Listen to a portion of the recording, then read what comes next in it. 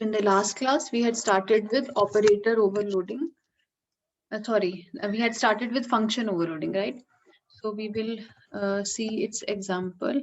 Hash include IO stream, then using namespace std, right? So now I am going to have a class which is having name a. इसके अंदर public में मैं एक function बनाती हूँ that is having int return type, ठीक है? और मैं इसका नाम abc दे देती हूँ. 1 minute. हाँ, तो इसके अंदर I am taking one integer as the argument, right? Then now in its function definition, what it is returning I. Whatever I am taking input, it is returning I. तो अब हमारे पास में जो फंक्शन ओवरलोडिंग का concept होता है, उसका मतलब क्या होता है? That the function should have same name, right? तो मेरे पास में if I take again the same named function, right, same named function, so it can have any argument that is of integer data type. It can have more than one arguments, but it should have and it can have any argument that is having another data type. तो मैं यहाँ double का एक यहाँ variable दे देती हूँ. Let me admit people inside. Okay, तो इसका return type भी क्या होगा? Double, ठीक है? तो इस function के अंदर जो भी कुछ आ रहा है, so that will return D. Okay, so this is the scenario for function overloading. कि हमारे पास में दो functions हैं, तो उनका नाम सेम है, बट उनके सिग्नेचर्स डिफरेंट हैं. सिग्नेचर्स का मतलब क्या है? उनकी रिटर्न टाइप डिफरेंट हो सकती है, या उनके नंबर ऑफ आर्ग्यूमेंट्स डिफरेंट हो सकते हैं, या फिर टाइप ऑफ आर्ग्यूमेंट्स जो है वो डिफरेंट हो सकते हैं. So there is some difference in those functions that though they can have same name, but there is some difference in those functions, like there is a difference in the signatures of those functions, ताकि compiler को समझ में आए कि हमने किस function को call करना है on the basis of the return type or on the basis of arguments. ठीक है? तो यहाँ हमारे पास में क्लास को अब हमने बंद किया. Then I am writing in main. Again people are there.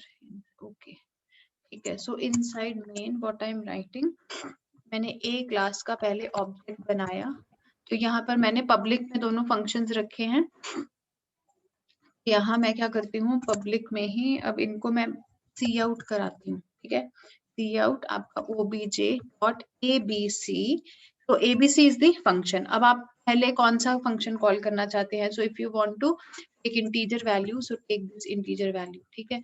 And then I can put endl, और फिर मैं कर रही हूँ cout. Again I am taking obj and now I want to call the second function. ठीक है? तो उसके अंदर मैंने 5005.05 ऐसा कुछ ले लिया. ठीक है? 1 minute. Okay, so after that what happens? Here 1 minute. Now you can put return 0 also. ठीक है? Okay, now I'll save this program and I compile and execute. So depending on the function call, पहले हमने कौन से function को call किया है? ABC. अब दोनों functions कौन से हैं? ABC हैं. But depending on the type of argument that we have put inside this ABC function, the function will be called. One of the functions in the above class will be called. ठीक है? तो अब हमारे पास पहले क्या था? हमने 100 argument दिया, that will be taken as integer. That is integer.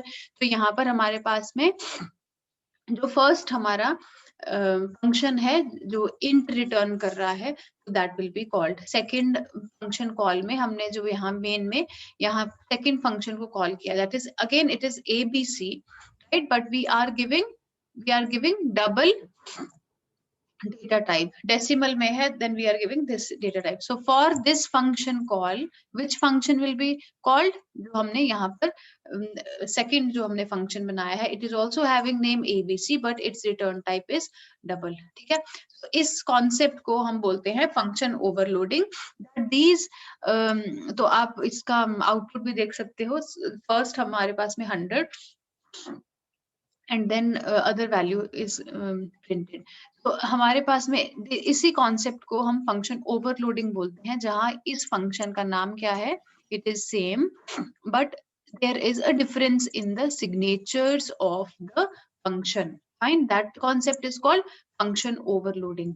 ठीक है, so let's come back to this. So function overloading is a feature that allows us to have more than one function having same name but different parameters list. ठीक है, अब ये किसमें था, हमने देखा है it is an example of compile time polymorphism. Compile time polymorphism मतलब early binding जिसको हम बोलते हैं, या static binding. ठीक है, so इसमें क्या हो रहा है, depending on the argument type आपका जो फंक्शन कॉल है वो यहाँ पर हो रही है, and that process is called early binding और कंपाइल टाइम पॉलीमॉर्फिज्म. ठीक है, then we can have another example also here only, like एक मिनट, लाइक मैंने उसी को मैं रख लेती हूँ. ये मेरे पास में ए क्लास है and here I will be changing the data. ठीक है, तो पब्लिक में मेरे पास में अगर एक now I will be taking function. ठीक है, मैं यहाँ पर हाँ, तो फंक्शन में क्या लेती हूँ, जैसे एक सम नाम का फंक्शन में लेती हूँ मैं. ठीक है, इसके अंदर मेरे पास में पहले हमने क्या देखा है, that type of argument was different. Right, now I can अब मैं इसमें n1 कॉमा एक इंट n2 दे देती हूँ. ठीक है, and this function will be returning the sum of this n1 plus sum of this n1 and n2. ठीक है, ऐसे ही अब मैं एक और फंक्शन बना रही हूँ, वो कौन सा होगा, to for function overloading I will have same named function. yes, but इसमें अब मैं क्या कर रही हूँ, इसमें मैं 3 integer variables दे रही हूँ. ठीक है, और and this is returning sum of those three variables, right, those 3 arguments. ठीक है, अब मैंने मेन के अंदर इस क्लास A का ऑब्जेक्ट बनाया. now what happens, अब मैं इसको कॉल करती हूँ. ठीक है, cout then obj dot sum नाम का फंक्शन है, एक ही नाम है ना, फंक्शन के नाम तो सेम है. now I pass 2 arguments 20 and 15, let us suppose. yes, and then in the next line here I write endl, and I write cout obj dot sum ही होगा, but now I want to put 3 arguments, so I'm writing 10 20 30. ठीक है, तो ये मेरे पास में होगा. now I'm again saving this program, compiling and executing. right, तो इससे हमारे पास में क्या होगा, हाँ, तो इससे हमारे पास में for the first call sum where I have given 2 arguments, which function will be called, that is having 2 arguments. ठीक है, तो first function जो हमने यहाँ बनाया है, this function will be called. right, तो secondly हमारे पास में जब मैंने second function को call किया है, तो वो क्या है, sum, and there I am giving 3 arguments. so which function will be called, that function which is having 3 arguments. ठीक है, तो पहले हमने एग्जांपल पढ़ी थी जहां type of data was different, return type was different, right, but here we are considering which example where the number of arguments are different. यहाँ पर इसके return type same है. ठीक है, तो देखो जब हमारे पास में एक फंक्शन को कॉल किया गया, तो ये रिटर्न टाइप तो हमारे पास में दोनों की सेम है, तो फिर हम कहाँ पर डिफरेंस देख सकते हैं, we can see the difference in the number of arguments. so depending on the number of arguments here, static binding or the compile time polymorphism will work, and that function will be called which is having same number of arguments where you have called the function. ठीक है, ठीक है, तो इसमें इसका जो सम है पहले 35 एंड दूसरा 60, इसमें आपका आंसर आ गया है. ठीक, Yes, so now come back to this PDF. ठीक है, फंक्शन ओवरलोडिंग में हमारे पास में, जैसे ये हमारे पास में एक इस एग्जांपल में क्या है, अच्छा हमने जो हमने एग्जांपल किया इसमें, that was related to class. ठीक है, हमने इसमें क्लास में हमने फंक्शंस बना दिए थे, और and with the help of object we had called these functions. तो आप तो डायरेक्टली भी इसको कॉल कर सकते हैं, directly without the use of class also we can have these functions in our program. So here in this case I am having print नाम का फंक्शन है मेरे पास में। ठीक है, so here how many functions we are having, 1 2 and 3। ठीक, यहाँ 3 functions हैं, और here in main function I am calling these functions। तो first मेरे पास में क्या है, print, and I am giving only one argument। Yes, I am giving only one argument, so which function will be called, the first one where only one argument, that is of int data type is there। ठीक, second जो function call है उसमें मेरे पास में है print, I am giving argument 45.6। So which function will be called? So it will check for all these three functions। इसमें से कौन सा argument match करता है? So it is double data type। तो यहाँ पर ये वाला second function जो है वहां पर वो वाला execute होगा। So here is float 45.6 will get printed। ठीक है, then for the third function call what happens? print 2030। तो हाउ मेनी, फर्स्ट कौन सा डेटा टाइप है, इंटीजर है। How many arguments are there, अब देखो इंटीजर है तो पहले वाला भी कॉल हो सकता है, but how many arguments are there, 2 arguments are there. So इसमें कौन सा मैच करेगा, इसके सिग्नेचर्स मैच करते हैं, तो यहाँ पर हमारे पास में third function will be called. Okay, so this is the example of function overloading. Okay, अच्छा फंक्शन ओवरलोडिंग में एक और भी एग्जांपल होती है, ये देख लीजिए। So it is a C++ program to find area using function overloading। अगर आपको ये क्वेश्चन आता है कि that write a program to find area using function overloading, ठीक है, तो उसमें आप देखो आप क्या कर सकते हैं, सबसे पहले एरिया के डिफरेंट डिफरेंट फंक्शंस बन सकते हैं, राइट। अब जो स्क्वायर का एरिया है, अगर हम स्क्वायर का एरिया निकालते हैं तो उसमें कितने आर्ग्यूमेंट चाहिए, you need only one side of the square to find the area. तो उसमें हम एक ही आर्ग्यूमेंट रख सकते हैं, ठीक है। एंड देन जैसे आपके पास में आपको रेक्टेंगल का एरिया ढूंढना है तो उसमें आपको 2 आर्ग्यूमेंट्स रखने पड़ेंगे, because one will be length and other will be the breadth। ठीक है, ऐसे जब आप किसी सर्कल का एरिया ढूंढ रहे हैं तो आप उसमें हम इसमें फ्लोट रख सकते हैं, we need only one argument। And triangle का है तो उसमें क्या होता है, बेस एंड हाइट, तो एक बेस के लिए अलग होगा और हाइट के लिए अलग होगा, वो हम डेसिमल्स में ले सकते हैं। तो आपकी रिक्वायरमेंट के हिसाब से आप कितने मर्जी यहाँ पर फंक्शंस क्रिएट कर सकते हैं। तो we can differentiate, now again I will say that we can have to differentiate these same named functions on the basis of signatures। So either it can be the return type, that has to be different, or it can be the number of arguments or the type of arguments। ठीक है, तो अगर आप इसमें देखें तो ये चारों है तो सेम, लेकिन इसमें फिर भी फर्क है, and every function is unique इसमें। तो जैसे ये फ्लोट रिटर्न टाइप है तो इसके अंदर जो आर्गुमेंट्स हैं वो फ्लोट है, तो एक फ्लोट है, तो इसके अंदर ये क्या है, आर्गुमेंट फ्लोट है। तो each of these functions are unique. ठीक है, इसी से ये ऐसा नहीं है कि कॉन्फ्लिक्ट कर रहा है। So what we will do, inside main I take these variables S, LB, S is for side of the square, LB that I am taking for rectangle, radius, then base height that I am taking in float। ठीक है, फिर आप इसमें print करा सकते हैं, enter the side of the square, length breadth, जो भी आपको डेटा जो हमने ऊपर लिया है इसको आप पहले इनपुट करा लीजिए। ठीक है, फिर हम क्या करते हैं, एरिया के फंक्शन को कॉल करते हैं, and we pass these arguments that we have taken input.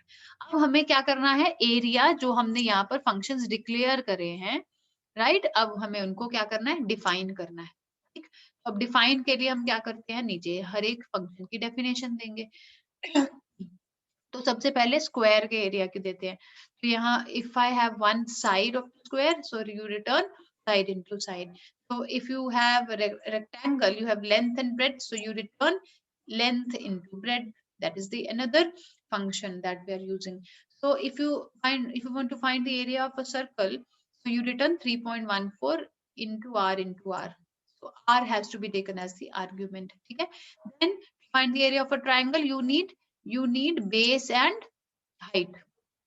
ठीक है, तो उसके लिए you have to apply this formula half base into height. ठीक है, तो अब क्या होगा जब हम एरिया, कौन से फंक्शन को आप कॉल कर रहे हैं वो तो सेम है, वो तो नाम सबका सेम है, बट नंबर ऑफ आर्ग्यूमेंट्स जो है that is different. End of course another thing is what is different, that is the type of argument that you are putting inside this function call. Okay, so I am just saving and executing this program. So this question, I think that is in the assignment also. तो इसको आप अपने आप से भी इसको चला के देखिएगा, करके देखिएगा.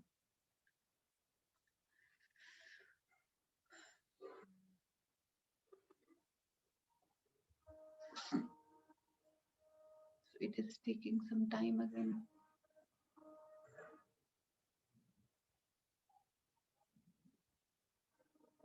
Side of the square 4 दे दिया, 2 6, रेडियस ऑफ सर्कल 3.5 दे देते हैं, इसमें 3.5 8.9 कुछ भी दे दीजिए.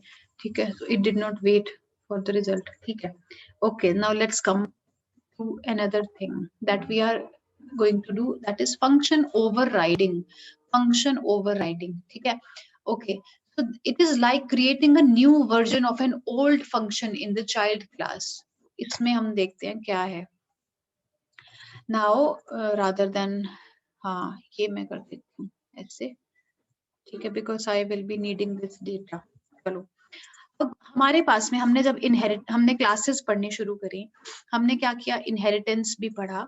तो नॉर्मली अगर मेरे पास में एक फंक्शन है, यहाँ पर मैं void fun नाम का ऐसे कुछ फंक्शन बना रही हूँ, तो यहाँ मैं कुछ सी आउट कर रही हूँ, दैट इज बेस क्लास है मेरी. ठीक है, that this is a base class. तो यहाँ मैं कुछ प्रिंट कर रही हूँ. ठीक है, I have a class here, I have a function here that is in public, I can access this function from mainly with the help of object and I am printing something inside. Okay, हमने सबसे पहले classes पढ़ी और ये सब हमने concept पढ़ा कि मैं इस obj को obj is the object of this a class, so I can call this function. ठीक है, yes, तो ये हमने सब पहले पढ़ा है. Okay, next we came to inheritance concept. Inheritance में हमने क्या पढ़ा कि यहाँ पर मैं एक क्लास ना b को डिराइव कर रही हूँ. Yes, derive means it gets inherited from a. तो उसके लिए मेरे को क्या करना पड़ेगा, पब्लिक एंड देन a. ठीक है,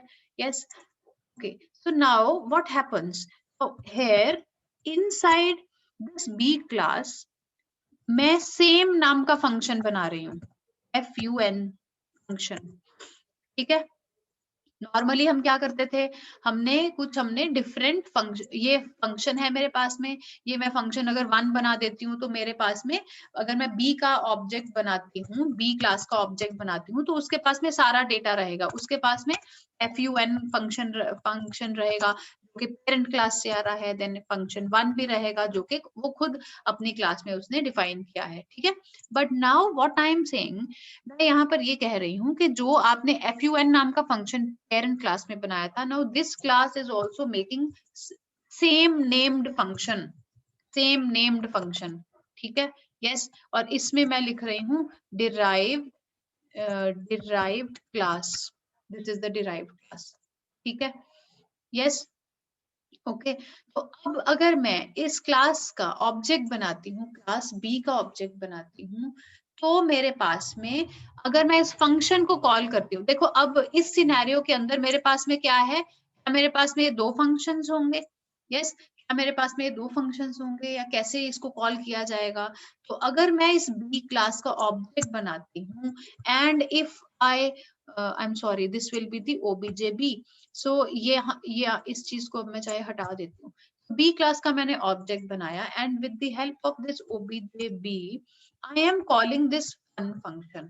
ठीक है, मैंने इस फन फंक्शन को कॉल किया, मैं इसको सेव कर रही हूँ and now I am compiling and executing this. तो हम इसमें देखते हैं कि क्या है. कॉन्सेप्ट क्या है इसमें, हमने पढ़ा inheritance, but now I am using same named function. Parent class में भी सेम नाम का फंक्शन है एंड चाइल्ड क्लास में भी क्या है, सेम नाम का फंक्शन है, बट उसकी डेफिनेशन डिफरेंट है। फाइनली मैं क्या कर रही हूँ, चाइल्ड क्लास का मैंने क्या किया है, ऑब्जेक्ट से मैं उस फंक्शन को कॉल कर रही हूँ। अब आप ये देखो कि इसमें क्या आंसर आएगा, लेट वेट जरा। हाँ, सो अब ये देखिए ये क्या है, आया डिराइव्ड क्लास। डिराइव्ड क्लास यहाँ पर प्रिंट हुआ है। तो डिराइव्ड क्लास तो कहाँ था, ये वाला। अब ये देखो आप, ये जो फंक्शन है, ये फंक्शन fun, यहाँ पर न्यू उसकी डेफिनेशन हो गई है and this process is called function overriding, sorry, this concept is called function overriding. जैसे मैंने एक बार आपको एग्जांपल दी थी, ग्रैंडफादर, फादर, सन। जैसे पेरेंट क्लास, तो मैंने आपको बताया था कि कोई सोफा है, प्रॉपर्टी है, कुछ ऐसा मैंने कुछ एग्जांपल दी थी, यस। तो अगर जैसे आप किसी कोई पुराना आपके पास में फंक्शन है, सोफा है, आप सेम चीज को आप रेनोवेट कर देते हो, तो नई चीज क्या होती है आपके पास में, यही आएगी। That is the concept of function overriding. ठीक है, तो ओवररिडन, दिस इज ओवररिडन फंक्शन fun। आप सेम नाम के फंक्शन को आप न्यू डेफिनेशन दे रहे हैं, तो क्या होगा, तो आपके पास में जो न्यू आपने डेफिनेशन दी है वही आपके पास में यहाँ पर आएगी, जो आपने यहाँ पर न्यू डेफिनेशन दी है अब इस, ठीक है। दैट इज द डिराइव्ड, यहाँ पर आपने डिराइव्ड क्लास लिखा तो यहाँ डिराइव्ड क्लास लिखा हुआ प्रिंट हो गया। That is the concept of function overriding. Yes, I must say, I will write here function overriding। ठीक है, तो फंक्शन ओवरलोडिंग जनरली क्या होता है, आपके पास में डिफरेंस आता है, आप डिफरेंस लिखिए, फंक्शन फंक्शन ओवरलोडिंग एंड दूसरा क्या है, फंक्शन ओवरराइडिंग। ठीक है, तो इन दोनों में क्या फर्क है, फंक्शन ओवरलोडिंग का मतलब क्या, आप खूब सारे ऐसे सेम नाम के फंक्शन बना रहे हैं बट सिग्नेचर्स डिफरेंट हैं and you are calling these functions inside main. ठीक है, आप चाहे क्लास बनाइए या ना बनाइए, वो बिना क्लास के भी ऐसे फंक्शन ओवरलोडिंग सॉरी पॉसिबल है। ठीक है, किसकी एग्जांपल है, फंक्शन ओवरलोडिंग। ठीक, तो बट क्लास के हिसाब से भी हमने ये एग्जांपल करी है अभी। Function second is function overriding. Function overriding में हमें क्लासेस का कॉन्सेप्ट ऑफ कोर्स हमें करना पड़ेगा और साथ में इनहेरिटेंस का। ठीक है, हमारे पास में एक क्लास है जिसमें एक फंक्शन है, बट जो हमारे पास में पेरेंट जो चाइल्ड क्लास है उसमें भी क्या है, सेम नाम का फंक्शन है। Then if I create an object of this child class and I call this function, which function will be called, whether the parent class function जो सेम हमने नाम रखा है वो कॉल होगा या चाइल्ड क्लास का, तो ये चाइल्ड क्लास का ही कॉल होगा। That concept is called function overriding. ठीक, yes. So it is like creating a new version of an old function in the child class। ठीक है, तो new version ही हमारे पास में उसकी आती है। So I have this program base में जिसमें void disp, ये disp नाम का फंक्शन है, it is printing base, हमने इसको ऑलरेडी कर रखा है। ठीक है, जब आप ये डिराइव्ड का ऑब्जेक्ट बनाते हैं यू कॉल दिस फंक्शन, तो जो पुराना फंक्शन है वो ओवरराइड होके, ये पुराना माइकल जैक्सन जो है वो ओवरराइड होके क्या बन गया, नया माइकल जैक्सन। ठीक है, यस। तो ये क्या है, तो नया नया वाला वर्जन जो है that will be printed, that gets accessed from the object of the derived class। Okay, so there is a difference between function overloading and overriding। Function overloading में सेम नाम का फंक्शन है बट डिफरेंट आर्गुमेंट्स हैं। Function overriding में भी same नाम का function है बट अलग अलग क्लासेस में वो डिफाइन किया गया है, राइट। ठीक है, ये हमारे पास में इसका डिफरेंस है। Both of these are the examples of compile time polymorphism. हमने जो भी इसमें हमने जो फंक्शन ओवरलोडिंग किया है एंड यहाँ पर फंक्शन ओवरराइडिंग किया है, that are the examples of what compile time polymorphism। Now come to run time polymorphism। तो रन टाइम पॉलीमॉर्फिज्म से पहले हमें एक ये कॉन्सेप्ट देखना पड़ेगा कि हमारे पास में अगर मैं एक जैसे मेरे पास हमने पॉइंटर टू ऑब्जेक्ट्स पढ़ा था। ठीक है, क्या पढ़ा था, पॉइंटर टू ऑब्जेक्ट्स, तो हम एक क्लास बनाते थे, उसके हम ऑब्जेक्ट जब क्लास मेन के अंदर उस क्लास का ऑब्जेक्ट बना के उसका पॉइंटर बनाते थे, ठीक है। अब हमारे पास में कॉन्सेप्ट है, अब जैसे मेरे पास में दो क्लासेस हैं, एक का नाम बेस है एंड ओके, एक का नाम बेस है and there is a class called derived that gets inherited from this base class publicly, ठीक है। अब मेन के अंदर क्या होता है, मेन के अंदर मैं इन दोनों का ऑब्जेक्ट बना सकती हूँ। सबसे now I will talk about mainly pointers, ठीक है। अब मैंने बेस का, now base is the parent class, तो मैं बेस क्लास का भी तो ऑफ कोर्स पहले तो पॉइंटर इसका बना सकती हूँ, ठीक है। मैंने इसका पॉइंटर p1 लिख लिया, ठीक है। अब we have a provision, now here if I create derived का ऑब्जेक्ट मैं बना रही हूँ, ऑब्जेक्ट, ठीक है। सो बेस का मैंने पॉइंटर बना लिया एंड डिराइव्ड का मैंने ऑब्जेक्ट बना लिया। नॉर्मली क्या होता है, मैं बेस का, पहले हम इससे शुरू करते हैं। बेस का मैंने एक पॉइंटर बनाया है एंड बेस का मैं ऑब्जेक्ट बना रही हूँ objb, ठीक है। तो आई कैन से कि जो ये ऑब्जेक्ट होता है, this pointer, this p1 stores the address of objb, ठीक है। यस, हमने बेस क्लास का पॉइंटर बनाया है एंड बेस क्लास का ऑब्जेक्ट बनाया है। Yes, this pointer points to the object b that stores the address of object b। ये नॉर्मल हमने ये किया हुआ है, जैसे हम नॉर्मली वो करते थे कि int I is equal to 10, ये हमने सब पढ़ा है। तो मैं एक इंटीजर पॉइंटर बना लेती हूँ ptr, then I say that this ptr stores the address of I variable, ठीक है। तो ये हमने यहाँ ऐसा हमने पॉइंटर टू ऑब्जेक्ट में पढ़ा है। Okay, now come to derived class का object and pointer also. Derived class का मैं अलग से भी वैसे बना सकती हूँ, बट अभी हमारे पास में क्या कॉन्सेप्ट है, इफ आई क्रिएट डिराइव्ड का ऑब्जेक्ट objd बना लिया, या इसको मैं d कर देती हूँ नॉर्मल, ठीक है। ये मैंने डिराइव्ड क्लास का ऑब्जेक्ट बनाया है।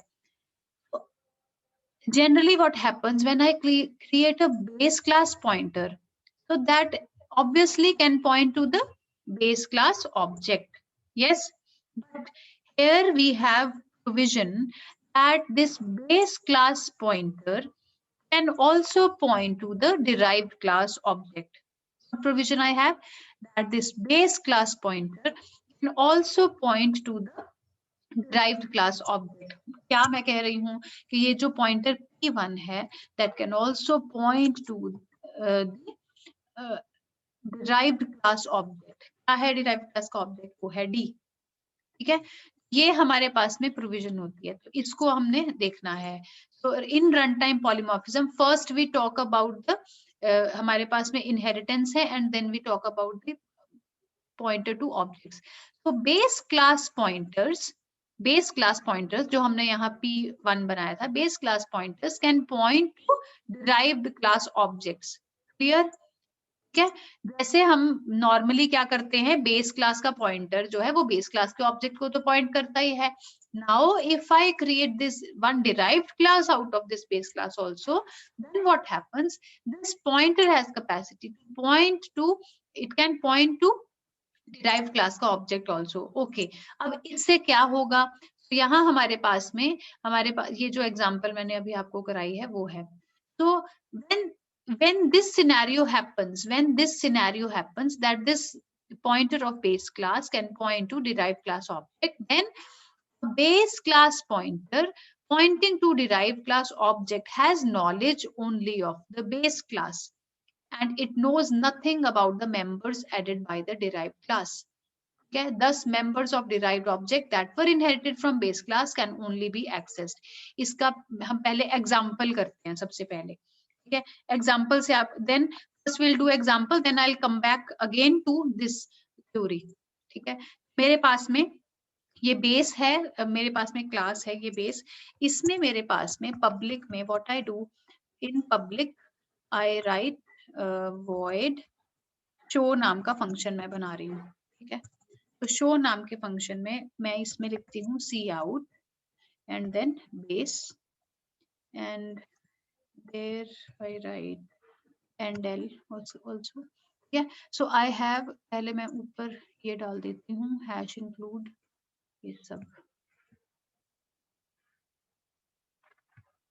Okay, I have class base जिसमें पब्लिक में void show नाम का एक फंक्शन है. ठीक, यस. तो I have one derived class, yes, that gets inherited publicly from the base class. अब इसके अंदर भी मैं क्या करती हूँ, अभी हमने कौन सा कॉन्सेप्ट पढ़ा है, ओवरराइडिंग का. तो हमने क्या किया था ओवरराइडिंग में that I can have same named function. ठीक है, और इस फंक्शन की डेफिनेशन में मैं क्या करती हूँ, इस फंक्शन की डेफिनेशन में मैं क्या करती हूँ, आई राइट सी आउट, और यहाँ पर मैं डिराइव्ड लिख देती हूँ, और यहाँ पे इसको मैं बंद कर देती हूँ. ठीक है, एंड एल पहले, and then it is over. ठीक, तो यहाँ पर भी मेरे पास में ये पब्लिक में फंक्शन है. ठीक है, ये सेम नाम का फंक्शन मैं शो में बना रही हूँ, but it is having different definition, and same नाम का फंक्शन मैं डिराइव में बना रही हूँ, it is having different definition. ठीक है, okay. Now in main what happens, अब मेन के अंदर पहले तो हमने नॉर्मल ओवरराइडिंग पढ़ा है, but here I am now talking about the base class का पॉइंटर. मैं पहले इसको हटा के थोड़ा नया लिख देती हूँ. सो बेस हमारे पास में बेस एंड डिराइव क्लासेस है, तो मैं बेस क्लास का पहले ऑब्जेक्ट बनाती हूँ इफ इट इज B1. ठीक है, तो मुझे पता है जब मैंने बेस क्लास का B1 ऑब्जेक्ट बनाया, सो B1 डॉट शो अगर मैं करती हूँ तो क्या होगा, B1 डॉट शो अगर मैं करती हूँ, हमारे पास में एक ही क्लास है, उसका एक ऑब्जेक्ट है, उससे मैं उसका फंक्शन एक्सेस कर रही हूँ, तो यहाँ पर बेस प्रिंट हो जाएगा. ठीक है, नॉर्मल है, एक ही क्लास है, वो अपने फंक्शन को एक्सेस कर रहा है. ओके, सेकंड सिनेरियो मेरे पास में क्या है कि मैं यहाँ पर डिराइव्ड क्लास का मैंने ऑब्जेक्ट बनाया D. ठीक है, इसको मैंने D बनाया. देन व्हाट हैपेंस, इस D के थ्रू मैं इस शो फंक्शन को कॉल कर रही हूँ. तो व्हाट हैपेंस, देखो यहाँ पर क्या प्रिंट होगा, ऊपर क्या था, बेस.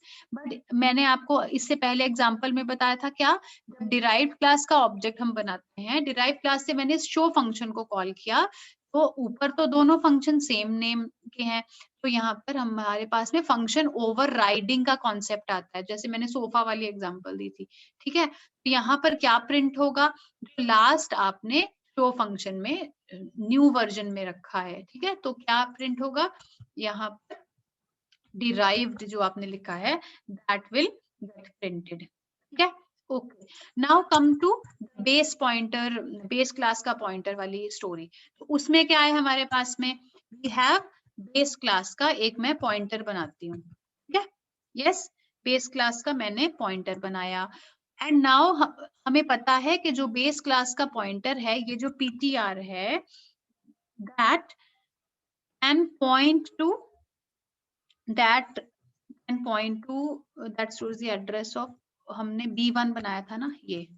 ठीक है, तो ये तो है ही है, हमने जो पहले, ये तो पता ही है हमें कि बेस क्लास का ये हमने ऑब्जेक्ट बनाया एंड बेस क्लास का पॉइंटर बनाया. तो बेस क्लास का जो पॉइंटर है that stores address of this B1 that can point to the object B1, ये तो नॉर्मल है. ठीक है, ओके. नाउ हमें पता है कि हम पॉइंटर से कैसे एक्सेस करते हैं, पॉइंटर से एक फंक्शन को कैसे एक्सेस करते हैं, नॉर्मली ऑब्जेक्ट से तो डॉट ऑपरेटर से करते हैं, बट पॉइंटर से कैसे करते हैं, ये ptr and then arrow operator, use arrow operator. तो यहाँ पर मैं शो फंक्शन को कॉल करती हूँ. अब ये जितनी ये वाली स्टोरी है जो मैंने अभी हाईलाइट इसमें करी है, बेस का पॉइंटर बनाया, it is storing the address of base का ऑब्जेक्ट. तो अब क्या है, हमें पता है कि it is only related to only the base class. So which show will get printed, only this show जिसमें बेस लिखा है. इसमें तो कोई हमने अभी डिराइव्ड क्लास के ऑब्जेक्ट की कोई भी बात ही नहीं करी है. ठीक है ना, तो इसमें हमारे पास में क्या है, I am repeating, we are now talking only about the pointer of the base class and base class object. उस पॉइंटर से जब आप उस फंक्शन को कॉल करते हैं जो इस बेस क्लास के अंदर है, तो उसमें हमने बेस लिखा हुआ है, तो इसमें क्या प्रिंट होगा, बेस विल गेट प्रिंटेड. ठीक है, इसको हम आउटपुट में मैं इसको करके दिखाऊंगी. नाउ हमने इसमें अब और एक्स्ट्रा क्या पढ़ा कि जो ये बेस क्लास का पॉइंटर है that can point to derived class का object. I repeat, we have studied that we have provision in C++ that this base class pointer can point to derived class का object. उसका मतलब क्या, that this base class का pointer, this is pointer that can point to derived class का object. ठीक है, ये है fine. Now with this derived class object, now if you want to access this, से हमने ऊपर ये पॉइंटर के थ्रू शो फंक्शन को कॉल किया, ऐसे ही now if I say that it is pointing to the derived class का object, and now if I through this pointer I want to access this show function, I want to access this show function। अभी तो मैं इसको derive class का कह रही हूँ कि यहाँ पर ये डिराइव क्लास को पॉइंट कर रहा है। Now if I am calling this show function with the help of this pointer, आप बताइए मुझे क्या प्रिंट होना चाहिए यहाँ पर। ये इसको बेस को प्रिंट करना चाहिए, इसको बेस प्रिंट करना चाहिए, या फिर डिराइव्ड प्रिंट करना चाहिए, because of only these two lines. I'm repeating, I am asking that now we have provision that base class का pointer जो हमने यहाँ बनाया है, base class का pointer can also point to derived class का object, ठीक है। Now through this pointer I am calling the show function, so which show function should get executed, जो parent class में base को print करेगा, child class में जो show function बना है derived यहाँ पर print करेगा। तो अब हम अगर हम इसको पहले इसको देख लेते हैं कि क्या ये प्रिंट करेगा, ठीक है। एंड वाला, नाउ एंड में जो भी मेरा रिजल्ट आएगा दैट आई नीड, हमें ऊपर पता है कि यहाँ बेस डिराइव्ड बेस ये तो प्रिंट होगा, बट लास्ट में क्या प्रिंट होगा, ठीक है। तो I will again come to, एक मिनट, तब तक पहले इसका पहले आउटपुट आ जाए। अब आप ये सोच सकते हो कि यहाँ डिराइव्ड प्रिंट होना है, या फिर ये भी सोच सकते हो कि यहाँ पर बेस प्रिंट होना है। तो हम इसमें देख लेते हैं पहले ये क्या प्रिंट होगा, ठीक है। हाँ, बेस डिराइव्ड बेस वो तो हो गया, ऊपर जो हमने बेस डिराइव्ड बेस था। अब लास्ट वाला मेरे को देखना है वो क्या है। तो यहाँ पर ये बेस प्रिंट हो रहा है, ठीक है। आई एम रिपीटिंग, मेरे पास में क्या मैंने किया, बेस क्लास का pointer is now pointing to derived class का ऑब्जेक्ट। उससे मैंने जब शो फंक्शन को कॉल किया तो ये तो बेस ही प्रिंट हो रहा है, राइट। अब हम इस पे चलते हैं, ये क्यों बेस प्रिंट हुआ यहाँ पर। नाउ इट इज एक्सेसिंग, ये तो पेरेंट क्लास का ही शो फंक्शन को कॉल कर रहा है, उसी को एक्सेस कर रहा है। So let's come to this theory once again. Base class pointer जो हमने PTR बनाया था, pointing to a derived class object has knowledge only of the base class. So this is very important. Has knowledge only of the base class. इसका मतलब क्या, यहाँ पर जो मैंने अगर पॉइंटर ऐसा बनाया भी है, it is having knowledge only of the, even if it is pointing to derived class, this pointer is having knowledge only of the base class. अगर इसके पास में सिर्फ बेस क्लास की नॉलेज है तो उससे ये शो फंक्शन को कॉल कर रहा है, तो ये तो फिर बेस ही तो प्रिंट करेगा, और क्या प्रिंट करेगा, ठीक है। Yes, so it has knowledge only of the base class and it knows nothing about the members added by the derived class. Base class pointer pointing to derived class has knowledge only of base class. It knows nothing about members added by the derived class. तो उसको जो derived में नया version बना है उसके बारे में तो पता ही नहीं है। बस members of derived object, derived का जो हमने D object बनाया था, that were inherited from base class can only be accessed. आप सिर्फ thus the members of derived object that were inherited from base class can only be accessed. यहाँ हमने जो एग्जाम्पल करी है वो यहाँ पर सेम है, ठीक है। तो यहाँ पर क्या हो रहा है, चाहे आपने उस पॉइंटर को, बेस क्लास के पॉइंटर को चाइल्ड क्लास जो डिराइव क्लास का ऑब्जेक्ट है उसकी तरफ पॉइंट कर दिया, बट फिर भी वो क्या कर रहा है, वो base class, it has knowledge only of the base class, इसलिए शो फंक्शन वो कॉल कर रहा है वो बेस क्लास के ही शो फंक्शन को कॉल कर रहा है। बट इसको हमें कैसे ओवरकम करना पड़ेगा, we will be using the virtual keyword, हम वर्चुअल कीवर्ड को यूज करेंगे, ठीक है। अब ये वर्चुअल कीवर्ड क्या होता है, हमें कहाँ लगाना पड़ेगा, देखो ये जो हमने एग्जांपल करी है, ये कह रहा है कि पेरेंट जो बेस क्लास का पॉइंटर है, it can point to derive class but it has knowledge only of the parent class only. ठीक है, बट इसको ओवरकम करने के लिए हम क्या करते हैं, जो पेरेंट क्लास है उसका जो शो फंक्शन है उसके आगे वर्चुअल कीवर्ड लगा देते हैं। ठीक है, हाँ मैंने किया, मैंने कुछ भी नहीं किया, सिर्फ जो पेरेंट क्लास का ये शो फंक्शन है जो कि नीचे यहाँ ओवरराइड हो रहा था, we are keeping its name same, parent class में मैंने उस फंक्शन के आगे वर्चुअल लिख दिया। ठीक है, मैंने इसको सेव किया। Now again I am executing, I am compiling and executing this program. ठीक है, तो अब हमारे पास में क्या होता है, वी विल जस्ट सी।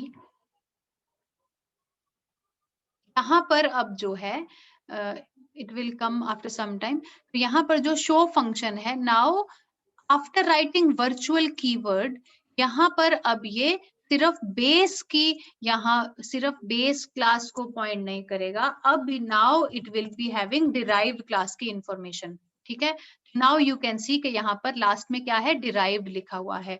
तो अगर हम क्या करते हैं, अगर हम वर्चुअल नहीं लगाते हैं, then this base class का pointer has knowledge only of the base class, it has knowledge only of the base class, but अगर यहाँ हम virtual लगा देते हैं, then what happens, then it will point to the type of the object that is it will point to the type of the object that is pointed to by this pointer. So it will now point to the it will now access the data of the object जिसको ये अब ये point कर रहा है, किससे, virtual keyword लगाने से। ठीक है, now time is getting over, we will come to the theory of this virtual function and we will continue with other examples and abstract class. If you have any question, please ask. If you have any question, please ask.